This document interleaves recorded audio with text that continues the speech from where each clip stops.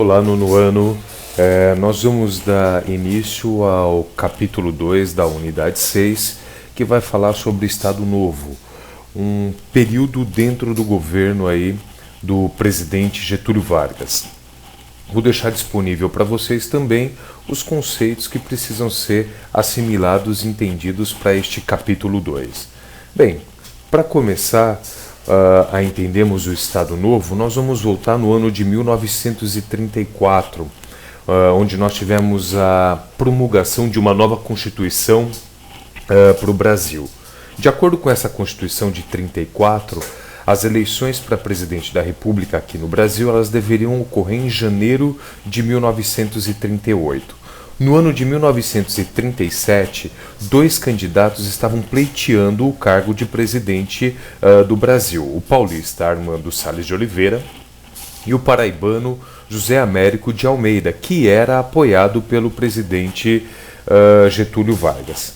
Só que Getúlio ele já estava se organizando para se manter aí no poder através de um golpe. Ele vai então se aproveitar do chamado Plano Cohen, que nada mais foi do que um documento criado por um capitão do exército chamado Olímpio Mourão Filho, a mando de Plínio Salgado, que era um dos líderes, era o maior líder dos integralistas aqui no Brasil. O objetivo do Plano Cohen era criar provas que sustentassem aí uma revolução, uma tentativa de revolução comunista no Brasil.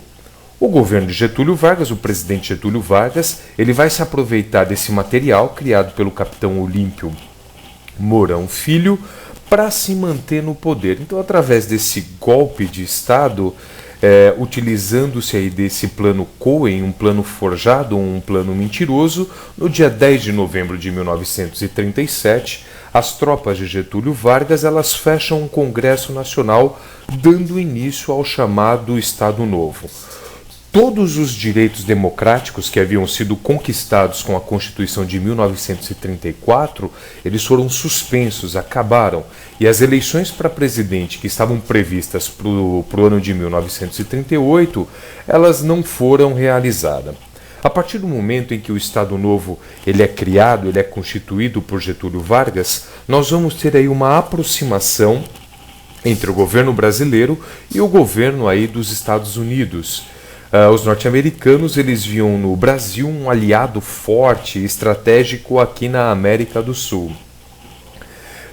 Essa relação entre Brasil e Estados Unidos vai resultar em créditos para o Brasil cedidos pelo governo norte-americano.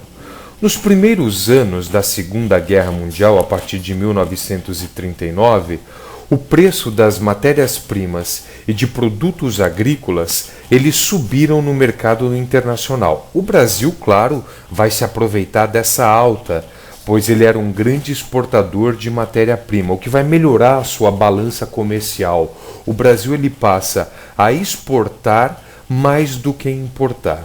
Nós vamos ter também uma redução na produção de produtos industrializados feitos pelos norte-americanos e pelos países europeus, o que vai forçar o governo brasileiro a investir no nosso processo de industrialização, nas nossas indústrias.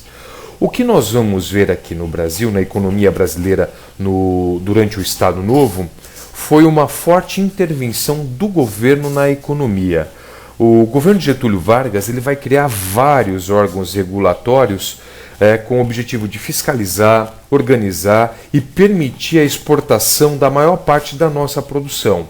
É nesse período que nós vamos ter a criação do Conselho Nacional de Petróleo, a Superintendência da Moeda e do Crédito, a Companhia Vale do Rio Doce, que focou na exploração de minerais no Brasil e foi privatizada no ano de 1997 pelo presidente Fernando Henrique Cardoso, a Companhia Hidrelétrica do São Francisco, a CSN, a Companhia Siderúrgica Nacional, a nossa primeira siderúrgica para a produção de ferro e aço aqui no Brasil, que foi todinha patrocinada, que o dinheiro para a criação da CSN foi todinho cedido pelo governo dos Estados Unidos. O que nós vamos ver aqui no período Vargas, o presidente ele vai investir principalmente nas chamadas indústrias de base, que são fundamentais aí para o desenvolvimento industrial de qualquer país. Nós vamos ter também no Brasil uma campanha pela nacionalização do petróleo. Quando o petróleo ele foi descoberto aqui no Brasil, uma grande discussão iniciou-se para quem deveria explorar esse petróleo no Brasil. Nós vamos ter um grupo conhecido como nacionalistas que defendiam que o petróleo ele deveria ser explorado somente por empresas brasileiras, e um outro grupo que defendia a abertura da exploração do petróleo no Brasil também para empresas estrangeiras. No ano de 1953, nós vamos ter a criação da Petrobras, com o objetivo aí de explorar a produção de petróleo aqui no Brasil.